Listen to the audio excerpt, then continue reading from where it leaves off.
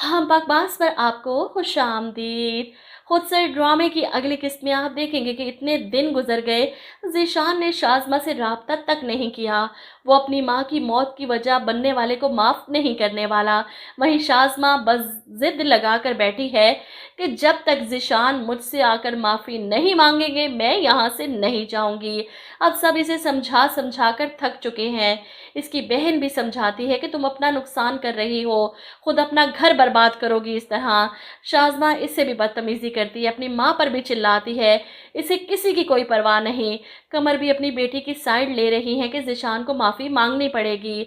ऐसे में दाइम अपनी माँ से कहता है कि आप या तो शाज़मा की ज़िद पूरी कर लें या फिर इसका घर बर्बाद होने से बचा लें। ऐसे में आप देखेंगे कि शाज़मा अपने घर से निकलती है, किसी काम के सिलसिले में टैक्सी मंगवाती है और वहीं सिग्नल पर इसकी नज़र ज़ीशान पर पड़ती है, जो सोनिया को उसके घर वापस छोड़ने जा रहा था। अब शाज़मा, जिसने सोनिया को पहले ही फ़ोन पर बातें सुनाई थी और इसी वजह से सोनिया अपने घर वापस जा रही थी, ज़ीशान खुद इसे छोड़ने जा रहा था और ये सब देखकर शाज़मा से बर्दाश्त नहीं होता। इसे लगता है कि इसकी पीठ पीछे इस घर में कोई खेल खेला जा रहा है। इसे हमेशा के लिए दूध में से मक्खी की तरह निकालने के लिए ये लोग ज़ीशान और सोनिया को एक दूसरे के करीब कर रहे हैं और इसी गुस्से में वो अपने ससुराल पहुंच जाती है। वहां पर अफान परेशान अपने भाई को इस हाल में देखकर बर्दाश्त नहीं कर पा रहा। ज़ीशान, इसका छोटा लाडला भाई, इतने दुख और परेशानी में है और इस बात का जिक्र जब वो अम्बरीन से करता है कि मैं ज़ीशान की तरफ से बहुत परेशान हो गया हूँ, वो शाज़मा के बारे में कुछ सुनने को तैयार नहीं। इस तरह कैसे चलेगा, इस मसले का हल कैसे निकलेगा। ऐसे में अम्बरीन कहती है कि आप ज़ीशान को फोर्स मत करें कि वो शाज़मा को यहाँ वापस लेकर आए।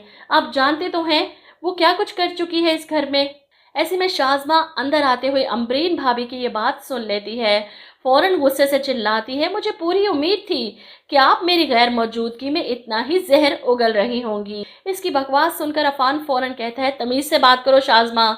जवाब में शाज़मा भी चिल्लाती है कि आप सबसे अक्लमंद तो खाला थी, जिनको पता था मेरा कि मैं जो ठान लेती हूँ वो करके रहती हूँ, जो डिसाइड कर लूँ इससे पीछे नहीं हटती। इसलिए तो इन्होंने खुद मुझे और ज़ीशान को घर से जाने का कहा। अगर मैं ज़ीशान को इसकी बहन के खिलाफ कर सकती हूँ तो आप दोनों तो फिर भी भाई और भाभी हैं।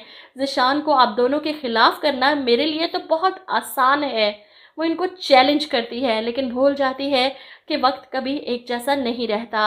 घर वापस आता ज़ीशान इसकी सारी बातें सुन लेता है और जब वो धमकियां देकर पलटती है तो ज़ीशान को अपने सामने देखकर इसके चेहरे का रंग सफ़ेद पड़ जाता है। ज़ीशान, आप, अब तो दिल करता है कि ज़ीशान आगे बढ़े, एक और थप्पड़ मारे शाज़मा को। वो जो एक थप्पड़ के बाद माफ़ी की तलबगार थी, दूसरे थप्पड़ के बाद तो तलाक की तलबगार हो जाए। अकड़ और गरूर इंसान को कहीं का नहीं छोड़ता और यही कुछ शाज़मा के साथ होने वाला है। इसकी असलियत अपने कानों से सुनने के बाद ज़ीशान अब फैसला करेगा इसे छोड़ने का।